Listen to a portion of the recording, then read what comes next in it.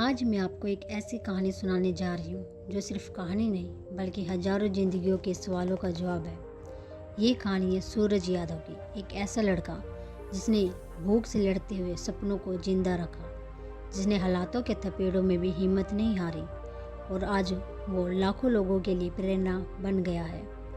सूरज का जन्म बिहार के एक छोटे से गांव पंचरुखी में हुआ था। उसका परिवार बेहद गरीब था। पिता खेतों में मजदूरी करते और गांव में माता औरतों के कपड़े सिलती। घर में बिजली भी नहीं थी। खाना 2 वक्त मिले तो त्योहार मनाया जाता था, लेकिन एक चीज़ थी जो सूरज को दूसरों से अलग बनाती थी। वो थी उसकी आंखों में चमकता हुआ सपना।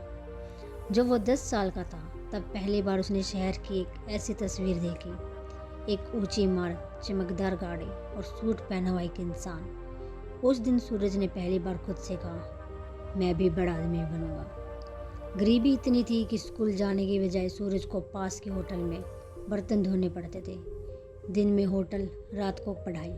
वो झूठे टिफिन का डिब्बा उठाता, लेकिन दिल में किताबें उठाने का सपना था। गांव में लोग कहते, ताने मारते, अरे बर्तन वाला आईएएस बनेगा।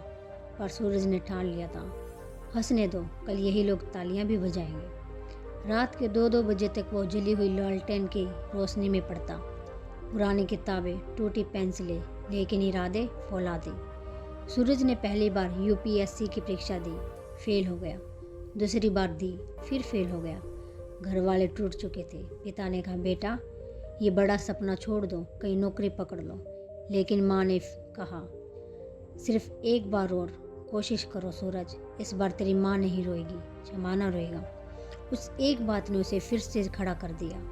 सूरज ने सब कुछ छोड़ दिया, दोस्तों से मिलना, मोबाइल फ़ोन, यहाँ तक कि खुद की खुशी भी। सिर्फ एक काम, सुबह 4 बजे उठना, दौड़ लगाना, पढ़ाई करना, अखबार पढ़ना, खुद से कहना, मैं कर सकता हूँ। वो दिन में 12 से 14 घंटे पढ़ता।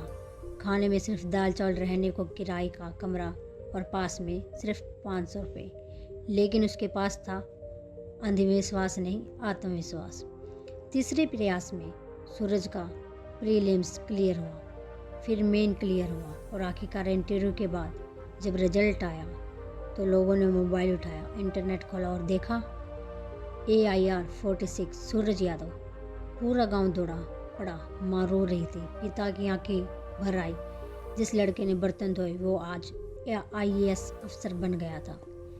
सूरज को पोस्टिंग मिली झारखंड के एक पिछड़े जिले में। वहाँ पहुँचते ही उसने बच्चों के लिए स्कूल बनवाया, लड़कियों के लिए हॉस्टल और हर गांव में पानी की टंकी। एक बार किसी ने सूरज से पूछा, IAS बनकर कैसा लग रहा है? उसने कहा, कुर्सी से ज़्यादा खुशी मुझे तब मिलती है जब कोई बच्चा स्कूल जाता है, क्योंकि मैं जानता हूँ सपनों की शुरुआत वहीं से शुरू होती है।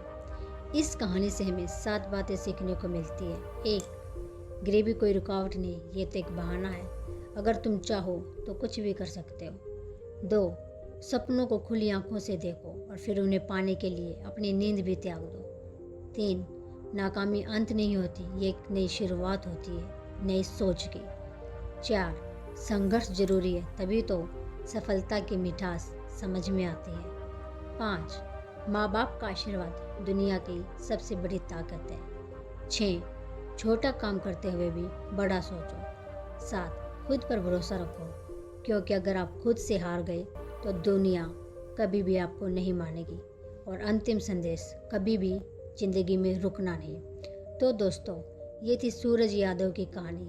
अगर एक लड़का जो बर्तन धोता था, जो चप्पल के बिना स्कूल गया, जो भूखा सोया, वो अगर IAS बन सकता है तो आप कुछ भी कर सकते हो। आपके हालात आपको नहीं रोकते, आपकी सोच आपको रोकती है। आज से एक वादा करो कि मैं रुकूंगा नहीं जब तक अपनी कहानी खुद नहीं लिख लूँगा। अगर आपको ये कहानी प्रेरणादायक लगी तो इसे ज़रूर शेयर करें। और हाँ, अगले वीडियो में हम फिर मिलेंगे एक नई प्रेरक कहानी के साथ। तब तक के लिए उठो, जागो और तब तक मत रुको जब तक जीत ना जाओ। धन्यवाद।